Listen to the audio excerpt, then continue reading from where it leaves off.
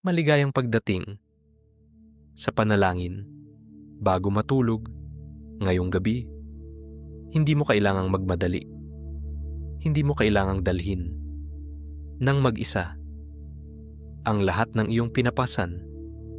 Hindi mo kailangang magpanggap na malakas sa mga susunod na sandali. Hayaan mong ang iyong puso ay magpahinga sa mapagmahal na presensya ng Diyos. Huminga ng malalim at dahan-dahang ilabas ang iyong hininga. Muli, langhapin mo ang kapayapaan ng Diyos at ilabas mo ang lahat ng takot, lahat ng pag-aalala, at lahat ng bigat na nasa iyong puso. Ngayon, hayaan mong maging tahimik ang iyong isip. Hayaan mong maging payapa ang iyong kaluluwa at buksan mo ang iyong puso sa tinig ng iyong Ama sa langit. Sinasabi sa Mateo 11:28, lumapit kayo sa akin, kayong lahat na nahihirapan at lubhang nabibigatan sa inyong pasanin, at kayo'y bibigyan ko ng kapahingahan.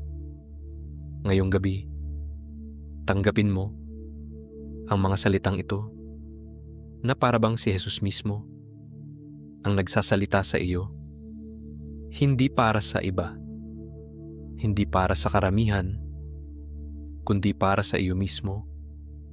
Inaanyayahan ka niya na magpahinga mula sa labis na pag-iisip, magpahinga mula sa takot, magpahinga mula sa pressure ng buhay, magpahinga mula sa pagdadala ng lahat ng mag-isa. Habang nakikinig ka ngayong gabi, huwag mo lamang pakinggan ang mga talata gamit ang iyong tainga. Tanggapin mo ang mga ito sa iyong puso. Isipin mong katabi mo ang Diyos. Mahinahon siyang nagsasalita sa iyong kaluluwa, tulad ng isang mapagmahal na ama na inaalo ang kanyang anak kung pagod ang iyong puso. Ngayong gabi, hayaan mong pagalingin ka ng kanyang salita. Kung magulo ang iyong isip, hayaan mong patahimikin ng kanyang presensya ang bawat bagyo sa kalooban mo. At kung pakiramdam mo ay nakakalimutan ka, hayaan mong ipaalala sa iyo. Ngayong gabi, nakilala ng langit ang iyong pangalan. Ngayon, ipikit mo ang iyong mga mata kung maari. I-relax ang iyong mga balikat at hayaan mong ang Espiritu Santo ang kumilos sa iyong puso. Ikaw ay minamahal, mas malalim kaysa sa iyong naiisip.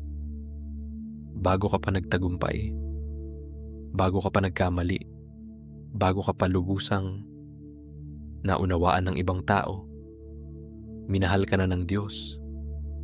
Sinasabi ng Diyos sa Jeremias 31:3, inibig kita ng walang hanggang pag-ibig, kaya't ako'y lumapit sa iyo na may kagandahang loob, walang hanggang pag-ibig. Pag-ibig na hindi nawawala kapag ikaw ay nagkakamali. Pag-ibig na hindi humihina kapag ikaw ay nanghihina. Pag-ibig na hindi ka iniiwan sa pinakamadilim mong sandali. Tanggapin mo yan ngayong gabi. Mahal ka ng Diyos ng buong buo. Sinasabi sa awit 139, kamangha-mangha ang pagkakagawa mo sa akin. Hindi aksidente ang iyong buhay, ang iyong pagtawa, ang iyong mga pangarap, ang iyong pusong marunong magmahal. Sadyang dinisenyo ng Diyos kahit ang mga bahagi ng iyong sarili na nahihirapan kang tanggapin. Tinitingnan iyon ng Diyos. Nang may habag at lambing, nakikita niya ang iyong mga lihim na luha. Nakikita niya ang iyong mga tahimik na laban.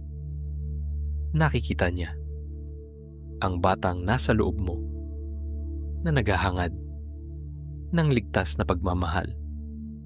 At ngayong gabi, yakap-yakap ka niya. Sinasabi ng Diyos sa Isaias 49:16, hinding-hindi kita malilimutan. Pangalan mo'y nakaukit sa aking mga palad. Hindi ka nakakalimutan. Ang iyong pangalan ay kilala sa langit. Ang iyong mga panalangin ay pinakikinggan. Ang iyong sakit ay nakikita. At ang iyong buhay ay mahalaga sa Diyos. Maraming tao ang lumaking natatakot sa Ama. May ilan na lumaki sa masasakit na salita, mahigpit na mga inaasahan, o kakulangan ng pagmamahal. May ilan na natutong itago ang kanilang damdamin dahil natatakot silang mabigo ang iba. Ngunit ngayong gabi, nais ng Diyos na malaman mo hindi siya katulad ng nakakatakot na larawan ng Ama na dala ng marami. Oo, siya ay makapangyarihan. Oo, siya ang may likha ng buong mundo, ngunit ang kanyang puso para sa iyo ay puno ng lambing. Sinasabi sa awit 103:13 kung paano nahahabag ang Ama sa anak niya, gayon siya nahahabag sa may takot sa kanya. Habag, lambing, pagpapasensya.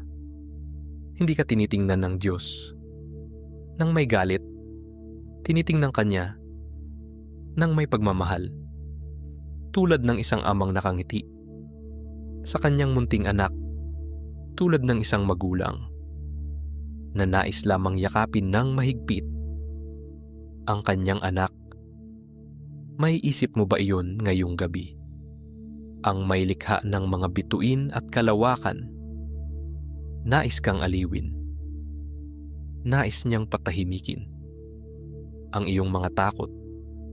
Nais niyang maranasan mo ang buhay na buong pagmamahal niyang nilikha para sa iyo.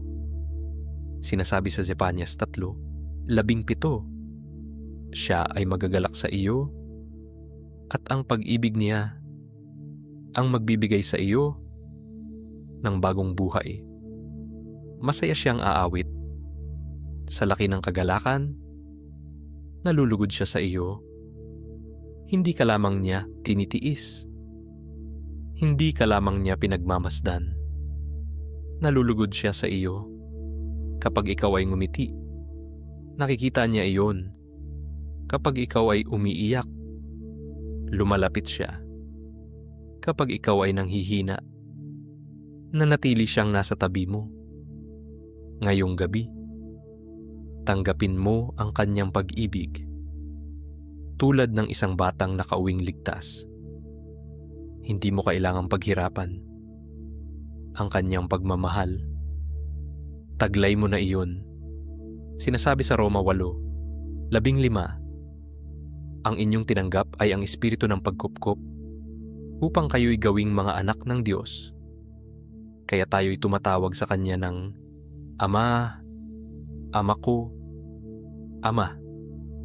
Isang malapit at mapagmahal na tawag ng anak sa kanyang Ama. Hindi malayo ang Diyos sa iyo. Ikaw ay Kanyang anak at bukas ang Kanyang mga bisig para sa iyo. Ngayon, hayaan mong palibutan ka ng Espiritu Santo. Hindi mo kailangang magsalita ng marami. Magpahinga ka lamang. Magpahinga sa Kanyang kabutihan. Magpahinga sa Kanyang habag. magpahinga sa kanyang pag-ibig. Sinasabi sa awit 23, ang Panginoon ang aking pastol, hindi ako magkukulang. Ang isang pastol ay nagpoprotekta. Ang isang pastol ay gumagabay. Ang isang pastol ay nananatiling malapit. Hindi ka nag-iisa kahit sa panahon ng pagkalito. Mahinahon kang ginagabayan ng Diyos. Kahit hindi mo makita ang hinaharap, nananatili ang kanyang kamay sa iyong buhay. Sinasabi ng Diyos sa Isaias 41:10, huwag kang matakot sapagkat ako'y kasama mo. Kasama mo siya sa iyong silid, sa iyong sakit, sa iyong pag-aalala, at sa iyong paghihintay. At dahil kasama mo siya, maaari kang magpahinga, maaari kang huminga ng payapa, maaari kang matulog nang may kapayapaan ngayong gabi. Sinasabi sa Pilipos 4:7, at ang kapayapaan ng Diyos na hindi kayang maunawaan ng tao ang siyang mag-iingat sa inyong puso at pag-iisip, naway balutin ng kanyang kapayapaan ang iyong isip ngayong gabi. Naway manahimik ang bawat tinig ng pag-aalala, mawala ng kapangyarihan ang bawat takot, gumaling ang bawat sugat, at naway maranasan ng iyong puso ang banayad na pag-ibig ng iyong Ama sa langit, Amang nasa langit. Salamat po sa kanya na nakikinig ngayong gabi. Balutin mo siya ng iyong kapayapaan ngayong gabi. Hayaan mong makatulog siya ngayong gabi na may katiyakang siya ay lubos mong minamahal, at naway manatili sa kanya ang presensya ng Espiritu Santo na nagdadala ng kapayapaan, kapahingahan, kaaliwan at kagalingan. Sa pangalan ni Jesus, Amen. Kung pinagpala ka ng video na ito, huwag kalimutang mag-like at mag-share nito sa ibang nangangailangan ng pag-asa, at mag-iwan ka rin ng komento kung paano hinipon ng Diyos ang iyong puso. Mag-subscribe ka na rin sa ating channel na Panalangin Bago Matulog para sa mas marami pang mapayapang pagninilay sa salita ng Diyos, mga panalangin bago matulog, at mga mensaheng puno ng presensya ng Espiritu Santo. Magpahinga ka ng mabuti. Kasama mo ang Diyos.